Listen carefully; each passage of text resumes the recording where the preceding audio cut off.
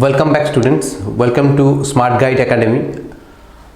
আমরা আবারও সেই তোমাদের স্মার্ট গাইড একাডেমির পক্ষ থেকে আবারও আমাদের ইংলিশ ক্লাস শুরু করতে চলেছি। যে বিষয় নিয়ে প্রথম ক্লাস হতে চলেছে তোমরা ইতিমধ্যে বোর্ডে দেখতে পাচ্ছ যে খুব ইম্পর্টেন্ট একটা চ্যাপ্টার, প্রত্যেকটা ক্লাসের জন্য ইম্পর্টেন্ট চ্যাপ্টার, বিশেষ করে ক্লাস 8-এর পর থেকে 8, 9, 10 এবং 11, 12 তোমরা জানো, অর্থাৎ 9 থেকে 12 যে চ্যাপ্টারটা ছাড়া পরীক্ষায় মার্কটাকে আমাদের বাড়িয়ে নেওয়া খুব অসম্ভব বলে মনে হয়। সেই চ্যাপ্টারটা অর্থাৎ ভয়েস চেঞ্জের যে চ্যাপ্টার, সো ভয়েসের চেঞ্জ এই চ্যাপ্টারটা শুনলে অনেক স্টুডেন্টেরই কি হয়, অনেক আতঙ্ক হয়ে যায়, ভয় হয় যে কি ভয়েস আসবে, কি লিখবো না লিখবো। সেই ভয়েস চেঞ্জ নিয়ে আজকে আমাদের ভয়েসের চ্যাপ্টার, সেই চ্যাপ্টার হতে চলেছে। আশা করি তোমরা অনেকেই ক্লাস 9-এ সেই ভয়েস চেঞ্জের যে নিয়মগুলো ছিল হয়তো বা তোমরা পড়েছো। তো আমরা আজকে আবার সেটাকে রিভাইজ করব এবং নতুন করে স্মার্ট গাইড একাডেমির তরফ থেকে ভয়েস চেঞ্জটা তোমরা দেখতে পারবে, কনসেপ্টটা তোমরা বুঝতে পারবে। আশা করি পুরো আমাদের জন্য এই চ্যাপ্টারটা ক্লোজ হয়ে যাবে, তারপর তোমাদের পক্ষ থেকে কোনো ভয়েস নিয়ে কোনো আতঙ্ক হয়তো বা আর থাকবে না। তো দেখতে থাকো আমাদের ভয়েস চেঞ্জের যে চ্যাপ্টার, সেই চ্যাপ্টারটিতে ভয়েস চেঞ্জ চ্যাপ্টারটিতে আমরা আগে যেটা জানবো, তোমরা হয়তো বা সবাই জানো যে ভয়েস চেঞ্জ করতে গেলে আমাদের টেন্সের খুব দরকার হয়। অর্থাৎ টেন্স যদি না পারি আমরা, সেই ক্ষেত্রে কিন্তু ভয়েস চেঞ্জটা খুব সহজে করা যায় না। আর টেন্সের চ্যাপ্টারটা অনেকটা লেন্দি চ্যাপ্টার, অনেকটা বড় চ্যাপ্টার, তাই টেন্স এই মুহূর্তে ক্লাস 10-এর জন্য বা 9-এর জন্য বা 12-এর জন্য ধরে ধরে করানো কিন্তু অতটা সম্ভব নয়। তাই আমরা ভয়েসের মাঝখান দিয়ে, আশা করি তোমরা টেন্স সবাই করেছো, তো যদি কারো অসুবিধা থেকে থাকে আমরা ভয়েস চেঞ্জ করতে করতে ভয়েস চেঞ্জের মাঝখানে এক্সাম্পলসগুলো যখন আমরা করব, যখন আমরা সেই অনুশীলনীগুলো করব, তখন কিন্তু সেই টেন্স আমরা আলোচনার মধ্য দিয়েই ভয়েসগুলোকে করার চেষ্টা করব। তো কিছু পয়েন্ট আমি এখানে লিখেছি, voice change or describing a process. তো ভয়েস চেঞ্জটা কি?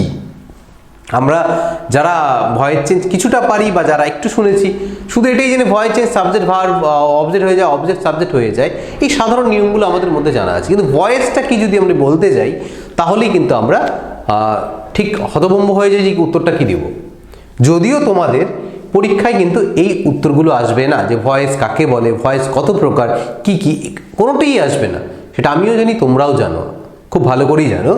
কিন্তু তবুও আমরা যে চ্যাপ্টারটাতে করতে যাচ্ছি, সেই চ্যাপ্টারটা কি সেটা না জানলে কিন্তু আমাদের কি হয়ে যাবে, সেটি না জানলে আমরা সেটিকে নিয়ে আমরা পড়া করবো কি করে বা আগাবো কি করে। সো মূল বিষয়টি যদি না জানি, সো ভয়েস কথাটির অর্থটা কি? ভয়েস কথাটি যদি বাংলা আমি অর্থ বলি, যে ভয়েসের যে অর্থ, এটা হবে বাচ্য। এবার বাচ্যটা কি? তাহলে বাংলায় যদি বলি ভয়েসকে আমরা বলবো বাচ্য। তো বাচ্য যেটা, এবার দেখো সরি, হোয়াট ইজ ভয়েস, এখানে আমি লিখে দিয়েছি হোয়াট ইজ ভয়েস। আমরা কি লিখলাম?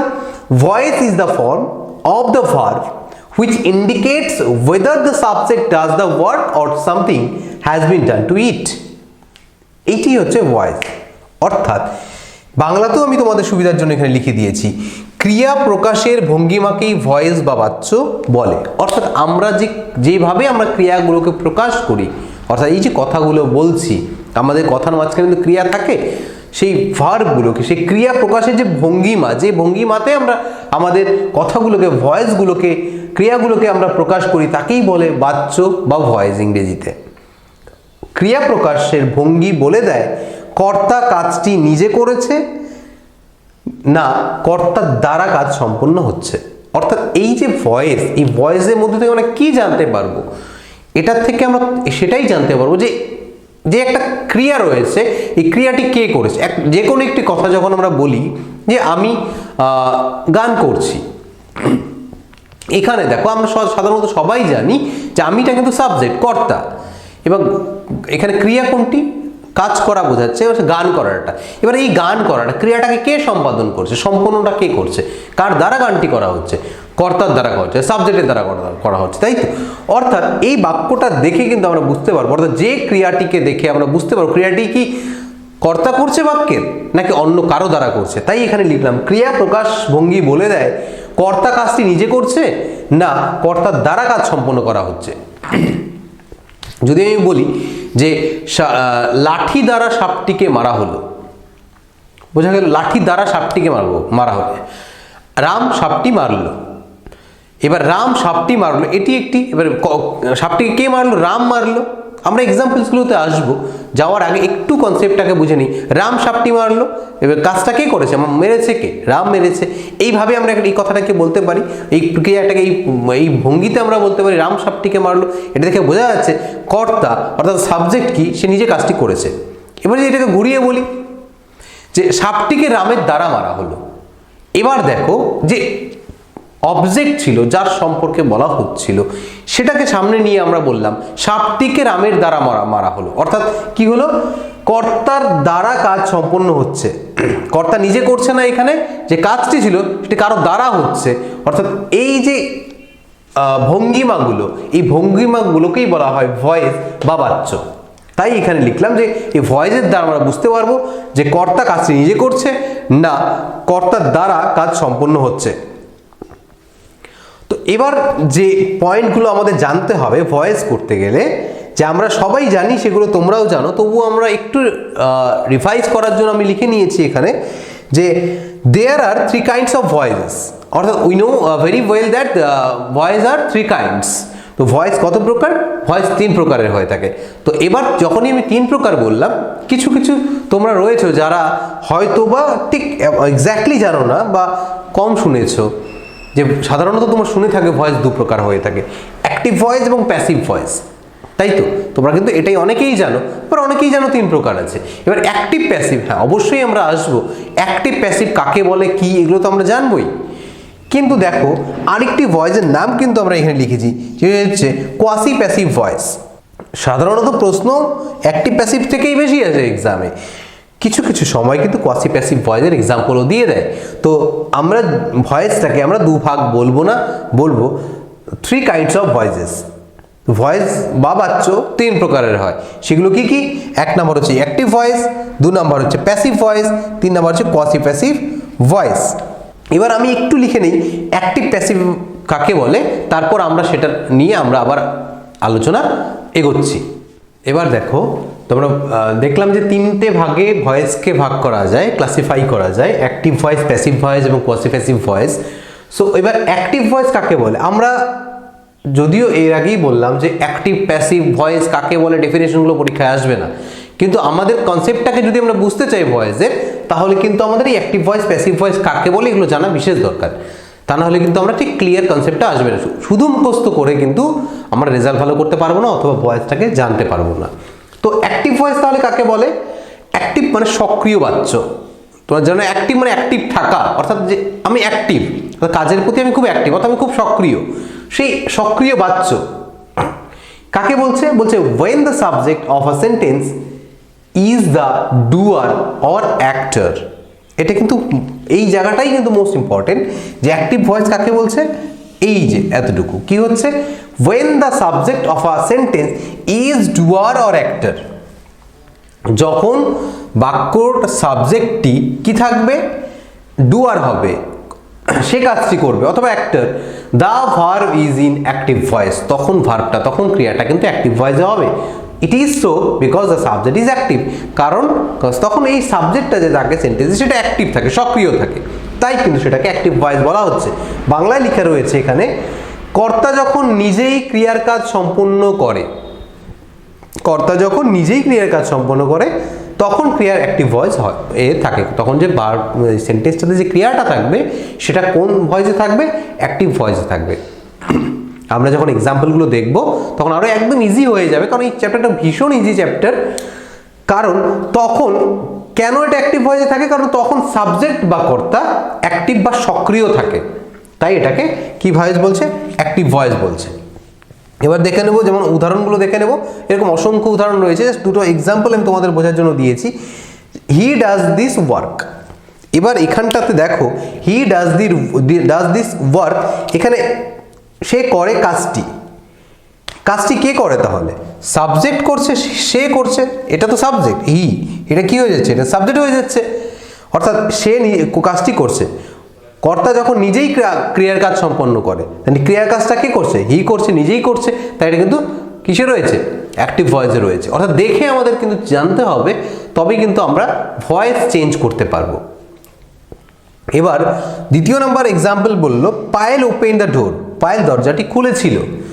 সো এখানে সাবজেক্টকে, কর্তাটাকে পায়েল রয়েছে, এবার দরজা খোলা কাজটি কেউ করেছে, পায়েল করেছে, অর্থাৎ পায়েল সাবজেক্ট, সাবজেক্ট নিজে কাজটি করেছে, তাই এই দুটোই কিন্তু অ্যাক্টিভ ভয়েসের এক্সাম্পল। এবার দেখে নেবো প্যাসিভ ভয়েস। দেখো প্যাসিভ ভয়েস ঠিক এটার উল্টোটা, অর্থাৎ when the subject of a sentence is acted upon the verb is passive voice। অর্থাৎ যদি কর্তার দ্বারা যখন কোনো কাজ সম্পন্ন করা হচ্ছে, কর্তার দ্বারা বাংলায় লেখাও রয়েছে, এখানে লিখে দিয়েছি আমি, কর্তার দ্বারা যখন কোনো কাজ সম্পন্ন হয় তখন ক্রিয়ার প্যাসিভ হয়, তখন ক্রিয়াটা প্যাসিভে থাকে।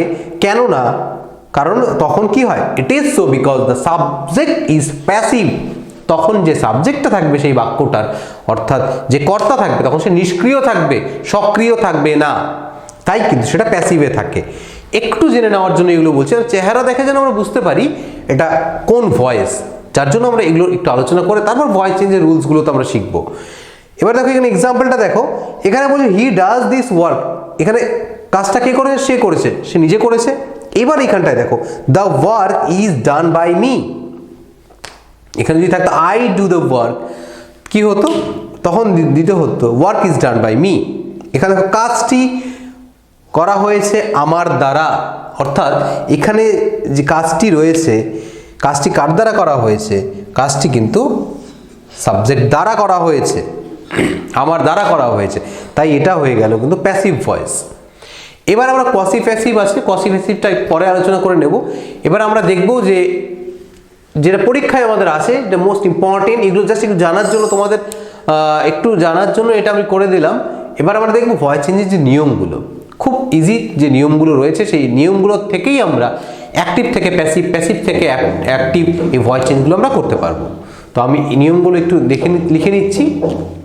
তো এবার আমরা দেখে নেব rules for changing active voice into passive voice, যেটা আমাদের দরকার, যেটা যার জন্য আমরা প্যাসিভ ভয়েস, অর্থাৎ যার জন্য আমরা ভয়েস চ্যাপ্টারটা করছি। এবার সেই মেইন জায়গায় আমরা চলে আসবো, যেটা না জানলে আমাদের ভয়েস চেঞ্জ করা সম্ভব নয়, সেগুলো আমরা দেখে নেব। জাস্ট খুব ইজিভাবে বোঝানোর চেষ্টা করছি, আশা করি তোমাদের ভালো লাগবে। তবুও তিনটে নিয়ম আমি লিখে দিয়েছি এখানে, যদিও তিনটে নিয়ম আমি বলে দিচ্ছি বাংলাতে, যেটা তোমাদের আরও বেশি সুবিধা হবে ইংরেজিটার থেকেও, তবুও লিখে নিচ্ছি, তোমরাও একটু লিখে নেবে। The object of the verb, first যে রুলটা লিখেছি আমি কি, the object of the verb in the active voice becomes the subject of the verb in the passive voice.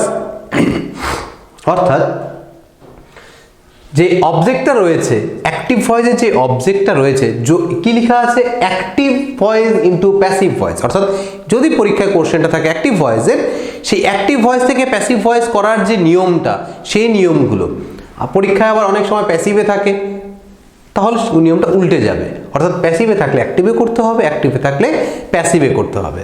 তো এক নম্বর যে নিয়মটা আমরা লিখলাম, এখানে লিখলাম the object of the verb in the active voice becomes the subject of the verb in the passive voice. অর্থাৎ active ভয়েসের অবজেক্ট, শুদ্ধ বাংলায় খুব ছোট্ট করে, খুব ইজি ভাবে যদি বলি, সহজভাবে যদি বলি, মনে রাখার জন্য মনে রাখবে যে অ্যাক্টিভ ভয়েসের অবজেক্ট প্যাসিভ ভয়েসের সাবজেক্ট হবে। অ্যাক্টিভ ভয়েসের অবজেক্ট প্যাসিভ ভয়েসের সাবজেক্ট হবে। Rule number 2, the subject of the verb in the active voice becomes the object in the passive voice, generally preceded by the preposition by। অর্থাৎ ঠিক এক নম্বর রুলের বিপরীত হচ্ছে নাম্বার 2। অর্থাৎ এক নম্বর রুলে বলা হলো যে বাংলায় যেটার অর্থ দাঁড়াচ্ছে যে যে অবজেক্টটা রয়েছে, অ্যাক্টিভ ভয়েসের অবজেক্টটা রয়েছে, সেটা যখন আমি প্যাসিভ ভয়েস করবো, সে প্যাসিভ ভয়েসের সাবজেক্ট হয়ে যাবে। নাম্বার 2তে রয়েছে অ্যাক্টিভ ভয়েসের যে সাবজেক্টটা রয়েছে, সেটা প্যাসিভ ভয়েসের অবজেক্ট হয়ে যাবে। আমরা যখন এক্সাম্পলগুলো দেখবো তখন একদম ভেরি ক্লিয়ারলি এটা তোমরা বুঝতে পারবে। এবার ওই যে বললাম যে দ্বিতীয় নম্বর রুলে সাবজেক্টটা যেখানে রয়েছে, সাবজেক্টটা অ্যাক্টিভ ভয়েসের সাবজেক্টটা will be passive voice object. এবং যখন প্যাসিভ ভয়েসের অবজেক্ট হবে, তখন কি হবে, সেই প্যাসিভ ভয়েসের অবজেক্টের আগে সাধারণত একটা বাই বসবে। আমি এখানে 5টা রুল লেখা যেত, সেখানে আমরা 5টা বা 4টা রুল লেখা যেত, আমি 3টে রুল করে দিয়েছি। এখানে এই বাইটাকে মাঝখানে ঢুকে দিয়েছি। এবার rule number 3, the main verb is changed into the past participle form and it is preceded by the correct form of the verb to be in the passive voice. অর্থাৎ 3 নম্বরে যেটা লিখলাম যে অ্যাক্টিভ ভয়েসে যে মেইন ভার্বটা থাকবে সেটা passive ভয়েসে গিয়ে কিন্তু V3 হয়ে যাবে। তোমরা জানো V3 কি, অর্থাৎ পাস্ট পার্টিসিপল ফর্ম, সেই পাস্ট পার্টিসিপল ফর্ম হয়ে যাবে এবং তার আগে V3 এর আগে কি হবে, টু বি ভার্ব বসবে, সেটা টেন্স অনুযায়ী, অ্যাক্টিভ ভয়েসের টেন্স অনুযায়ী। এই হচ্ছে 3টে নিয়ম, সাধারণত 3টে নিয়ম, এখানে 4টাও করা যায়, 5টা নিয়মে লেখা যায় এখানে, জাস্ট বোঝার জন্য লিখলাম। এবার আমরা এক্সাম্পলগুলো দিয়ে দেখবো এবং যে নিয়মগুলো একটু একটু করে মিলিয়ে নেব যে ঠিকঠাক হলো কিনা নিয়মগুলো। দেখো এখানে একটি আমি এক্সাম্পল লিখেছি, আই রাইট আ লেটার। এবার ভয়েস চেঞ্জ করতে গেলে এ সব ভুলে যাও। এবার ভয়েস চেঞ্জ করতে গেলে প্রথম যেটা আমাদের ভাবতে হবে, এখানে পরীক্ষায় থাকবে যে এরকম একটি লাইন লেখা থাকবে, বলবে চেঞ্জ দ্য ভয়েস। যদি এরকম থাকে তাহলে তোমাকে বুঝতে হবে যেই লাইনটি লেখা রয়েছে সেই লাইনটি কোন ভয়েসে রয়েছে। অর্থাৎ তোমাকে অ্যাক্টিভ এবং প্যাসিভ চিনতে হবে, যার জন্যই আমরা সেই অ্যাক্টিভ প্যাসিভের ডেফিনেশনগুলো লিখলাম। অ্যাক্টিভ ভয়েস কাকে বলে, যেই ভয়েসে কর্তা সক্রিয়, তাই তো। অর্থাৎ আই রাইট আ লেটার, আমি একটি চিঠি লিখি, এক্স্যাক্টলি তাই। এখানে দেখো সাবজেক্ট রয়েছে আই, তাই তো, কর্তাকে আই। রাইট আ লেটার, রাইটটা কি, রাইটটা ভার্ব, আমরা জানি, ভি লিখলাম আমরা এখানে। এবং আ লেটার একটি চিঠি, এটা কি, এটি একটি অবজেক্ট, কি লিখি, একটি চিঠি লিখি। অর্থাৎ তোমরা সবাই সাবজেক্ট ভার্ব অবজেক্ট আশা করি বার করতে জানো সেন্টেন্স থেকে, খুব বাচ্চাদের এগুলো পড়া 4, 5-এ তোমরা পড়েছো। তো যে কাজটা করে সেটা সাবজেক্ট, যার যেখানে করা বোঝায়, অর্থাৎ যে শব্দটার দ্বারা করা বোঝায় সেটা হচ্ছে ভার্ব, ক্রিয়া বোঝাবে। এবং কি করি অর্থাৎ সেটা হয়ে যাবে হচ্ছে অবজেক্ট, অর্থাৎ সাবজেক্ট ভার্ব অবজেক্ট। এবার দেখো এই যে স্ট্রাকচারটা দেখো, এটা যদি প্লাস করে দিই SV প্লাস ও, অর্থাৎ যদি subject plus verb plus object, এই যে স্ট্রাকচারটা লিখলাম, এটি কোন টেন্সের স্ট্রাকচার হলো। আমরা বলেছিলাম যে ভয়েস চেঞ্জ করতে গেলে কিন্তু টেন্সগুলো অবশ্যই দরকার। তো যাদের টেন্সটা একটু উইক আছে তোমরা কিন্তু টেন্সটা একটু দেখে নেবে, তাহলে ভয়েসটা বুঝতে খুব ইজি হবে। আমি এর পরের দিন একটি সেশনে তো এটা করানো সম্ভব নয়, তো আমরা নেক্সট সেশনে আমরা অন্যভাবে ভয়েস অনেকগুলো এক্সাম্পল নিয়ে করব এবং ভয়েসের কিন্তু আলাদা আলাদা সেন্টেন্স ওয়াইজও কিন্তু রুলগুলো চেঞ্জ হয় এবং ভয়েসের প্রত্যেকটা সেন্টেন্সের ভয়েস চেঞ্জ হয়। অ্যাসার্টিভের হয়, ইন্টারোগেটিভ হয়, ইম্পারেটিভের হয়, অপটেটিভের হয়, প্রত্যেকটা সেন্টেন্সের কিন্তু ভয়েস চেঞ্জ আলাদা আলাদা হয়। তো প্রত্যেকটা সেন্টেন্স ধরে ধরে আমরা করব। আজ আমরা করছি অ্যাসার্টিভ সেন্টেন্সের। তো সাধারণত কিছু যেগুলো আমরা করব আজকে সেটা সাধারণত অ্যাসার্টিভ সেন্টেন্সেরই করব।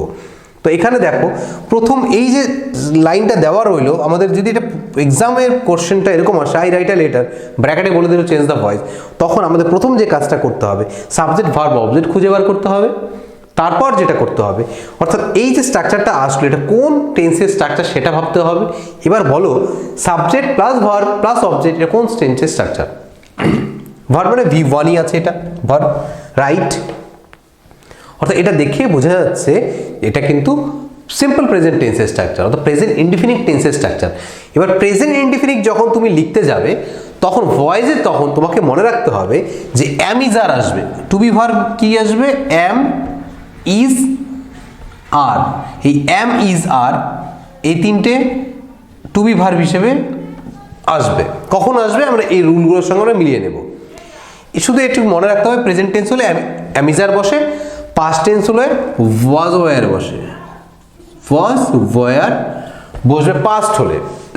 এবার দেখো এখানে আমরা এটাকে কি করব, অ্যাক্টিভ থেকে প্যাসিভ করব এবং নিয়মগুলোর সঙ্গে মেলাবো যে নিয়মগুলো ঠিকঠাক যাচ্ছে কিনা। এবার দেখো প্রথমে বললো দ্য অবজেক্ট, 1 নম্বর রুলে যদি আমরা দেখি the object of the verb in the active voice, active ভয়েসের অবজেক্ট কোথায় আছে খুঁজে বার করি। তাহলে এটা কি ভয়েস হয়ে গেল, এটা কিন্তু অ্যাক্টিভ ভয়েস হয়ে গেল। আশা করি এটা বুঝতে পেরেছো, এটা অ্যাক্টিভ ভয়েস হয়ে গেল। কেন, কারণ সাবজেক্ট নিজে কাজটি করছে, তাই তো। আমি চিঠি লিখছি, আমি একটি চিঠি লিখছি বা আমি একটি চিঠি লিখি, তাহলে কাজটা কে করছে, আমি করছি, তাহলে সাবজেক্ট নিজে করছে, কর্তা করছে, তাই এটা কিন্তু অ্যাক্টিভ ভয়েস হয়ে গেল। এবার আমাকে যেহেতু অ্যাক্টিভ ভয়েস আছে আমি কোন ভয়েসে করব, আমি করব হচ্ছে প্যাসিভ ভয়েসে। প্যাসিভে করব। এবার যদি প্যাসিভে করি, এবার নিয়মটা তার মানে কি, এইভাবে এই নিয়মে স্টেপ বাই স্টেপ আমাদের যেতে হবে। এবার দেখব যে অ্যাক্টিভ ভয়েসের অবজেক্ট প্যাসিভ ভয়েসের সাবজেক্ট হবে, এটাই তো এই 1 নাম্বার যে রুলস, এটার অর্থটা তো এটাই দাঁড়াচ্ছে। অ্যাক্টিভ ভয়েসের যে অবজেক্ট প্যাসিভ ভয়েসে সাবজেক্ট হয়ে যাবে। এবার অ্যাক্টিভ ভয়েসের অবজেক্ট কি আছে এখানে খুঁজে বের করেছি আমরা। অ্যাক্টিভ ভয়েসের অবজেক্ট আছে আ লেটার, অর্থাৎ এটা কি হয়ে যাবে, এটা কিন্তু এখানে চলে আসবে। অ্যাক্টিভ ভয়েসের object will be passive voice subject. এবার প্যাসিভ ভয়েসের সাবজেক্ট, এবার আমরা জানি সাবজেক্ট সাধারণত কিন্তু সেন্টেন্সের সামনে বসে, আর অবজেক্ট সাধারণত সেন্টেন্সের শেষের দিকে বসে। তো তাহলে যখন আমি বললাম যে অ্যাক্টিভ ভয়েসের অবজেক্টটা প্যাসিভ ভয়েসের সাবজেক্ট হয়ে যাবে, তাহলে আমি সাবজেক্টটা আগে বসাবো, চলে আসবে আগে, তখন কি হবে তাহলে এ লেটার, যা আছে তাই। অ্যাক্টিভ ভয়েসের অবজেক্ট প্যাসিভ ভয়েসের সাবজেক্টের জায়গায় চলে আসলো আ লেটার। এবার বললো দুই number, the subject of the verb in the active voice will be the object of the verb of the passive voice. অর্থাৎ অ্যাক্টিভ ভয়েসে যে সাবজেক্ট সেটা প্যাসিভ ভয়েসে কি হয়ে যাবে, অবজেক্ট হয়ে যাবে। এটা অর্থাৎ এই যে সাবজেক্টটা সেটা কোথায় চলে যাবে, প্যাসিভ ভয়েস। আমি প্যাসিভ ভয়েসে লাইন লিখছি, প্যাসিভ ভয়েসের শেষে চলে যাবে, এদিকটায় চলে যাবে। এবার এটা বলার আগে আমরা যদি এইভাবে স্টেপ বাই স্টেপ না করি, একটা আমাদের সুবিধার জন্য যদি আমরা করি, আমাদের এটা মনে রাখতে হবে, যখন আমরা প্যাসিভ ভয়েসের সাবজেক্টটা লিখলাম, যখন প্যাসিভ ভয়েসের সাবজেক্টটা লিখলাম, তারপর কি হবে, তারপরে কিন্তু টু বি ভার্ব বসবে। এখানে লিখেছিলাম যে 3 নম্বর লিখেছিল যে the main verb is change into the past participle form and it is preceded by the correct form of the verb to be in the passive voice। অর্থাৎ মেইন এই যে আমি সাবজেক্টটা লিখলাম, সাবজেক্ট পরে আমি টু বি ভার্বটা লাগালাম। আমি এই স্টেপ বাই স্টেপ গেলাম না, আমার নিজের সুবিধার কথা ভাবতে গিয়ে আমি এইভাবে বোঝাচ্ছি তোমাদেরকে। অর্থাৎ অ্যাক্টিভ ভয়েসের অবজেক্টটা প্রথমে লিখলাম সাবজেক্টের জায়গায় প্যাসিভ ভয়েসে, তারপর আমি টু বি ভার্ব লিখবো, এটা সবসময় তাই হবে। তারপরে টু বি ভার্ব। এবার টু বি ভার্ব কি আসবে, কোন টেন্স ছিল এটা, প্রেজেন্ট টেন্স ছিল। Present tense, present simple present tense, আর সিম্পল প্রেজেন্ট টেন্সে to be verb am is are বসে। এবার আ লেটার কি বসবে, অ্যাম বসবে না, বসবে না একদম, অ্যাম তো শুধুমাত্র আয়ের পরে বসবে, তাহলে অ্যাম হচ্ছে না। আ লেটার আর বসবে না, আর তো সেকেন্ড পার্সন এবং থার্ড পার্সন এই প্লুরালের ক্ষেত্রে বসে, এখানে একটি চিঠির কথা বলেছে, তাই তো। অর্থাৎ এমও বসছে না, আরও বসবে না, কি বসবে, ইজ বসবে। আ লেটার ইজ, বোঝা গেল ইজটা কোথা থেকে আসলো, টু বি ভার্ব হিসেবে আসলো। এবার কি বসবে বললো, এখানে যে মেইন ভার্বটা আছে, মেইন ভার্বটা অর্থাৎ টু বি ভার্বের পর মেইন ভার্ব বসবে। মেইন ভার্বটা কি আছে, রাইট। এটা কত নম্বর ফর্ম হবে, পিপি ফর্ম হয়ে যাবে, পাস্ট পার্টিসিপল হবে। অর্থাৎ রাইট, রোট, রিটেন। তোমরা জানো যে রাইট, রোট, রিটেন হয়ে যায়, তো আমি এখানে লিখে নিব রিটেন। এগুলো কিন্তু তোমাদের মুখস্থ করতে হবে, ভার্বের ফর্মগুলো, স্ট্রং ভার্ব এবং উইক ভার্বগুলো, এগুলো কিন্তু মুখস্থ করতে হবে। রাইজ, রাইজেন, কাম, কেম, কাম, গো, ওয়েন্ট, গান, এগুলো কিন্তু মুখস্থ করতে হবে। ঠিক সেইভাবে রাইট, রোট, রিটেন হয়। পিপি ফর্ম হচ্ছে রাইটের, রিটেন। তো আমি লিখলাম এখানে আ লেটার ইজ রিটেন। এইবার যদি আমি 2 নম্বরে চলে যাই আবার, যে অ্যাক্টিভ ভয়েসের সাবজেক্ট প্যাসিভ ভয়েস এবার অবজেক্ট হয়ে যাবে এবং তার আগে একটা বাই বসবে। এখানে কিন্তু বাইও লেখার ছিল, অর্থাৎ আমি অ্যাক্টিভ ভয়েসের সাবজেক্ট কি আছে, এখানে আই আছে, আইটা চেঞ্জ হয়ে কি হয়ে যায়, মি হয়ে যায়। এগুলো কিন্তু আলাদা করে লিখে দিতে হবে, আমি লিখে দেবো তোমাদের। আই কি হয়ে যায়, মি হয়ে যায়, অবজেক্টের জায়গায় বসে গেল এবং তার আগে একটি বাই বসে। স্টপ। অর্থাৎ a letter is written by me, একটা চিঠি আমার দ্বারা লেখা হয়েছে।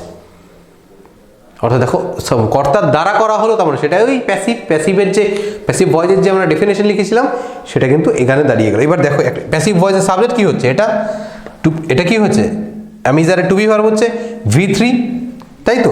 এটা যদি আমার সাবজেক্ট হয়, এটা অ্যামিজারের টু বি ভার্ব বসছে, টু বি ভার্ব, তারপর বসছে হচ্ছে V3, তারপর বাই, তারপর হচ্ছে অবজেক্ট। অর্থাৎ যদি আমরা অ্যাক্টিভ ভয়েসের, যদি আমরা এখানে অ্যাক্টিভ ভয়েসের যদি আমরা স্ট্রাকচারটা লিখতে চাই, তাহলে কিন্তু আমরা দেখব এইভাবে আমরা লেখা যেতে পারে, মানে